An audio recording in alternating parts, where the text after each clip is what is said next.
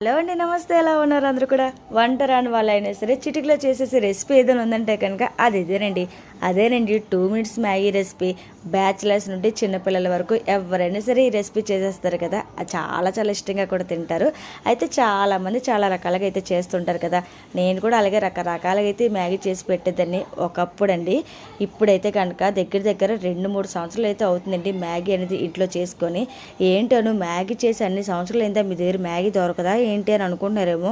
అదేం కాదండి బాబు, హెల్త్కి మంచిది కాదు అంటే కనుక కొన్ని రెసిపీస్ అయితే అస్సలకి మా వారు వండనివ్వరు అనమాట. అందులో ఒకటి ఈ మ్యాగీ. అయితే ఎప్పుడో ఒకసారి చూసారు ఈ మ్యాగీ తినడం వల్ల హెల్త్ ఖరాబ్ అవుతుంది పిల్లలకి అని చెప్పేసి అప్పటి నుంచి అయితే వండనివ్వలేదు. కానీ పిల్లలకి ఇష్టం కాబట్టి చాలా అయ్యిందని చెప్పేసి బతిమలాడి ఈ ఒక్కసారికి అయితే వండానమాట.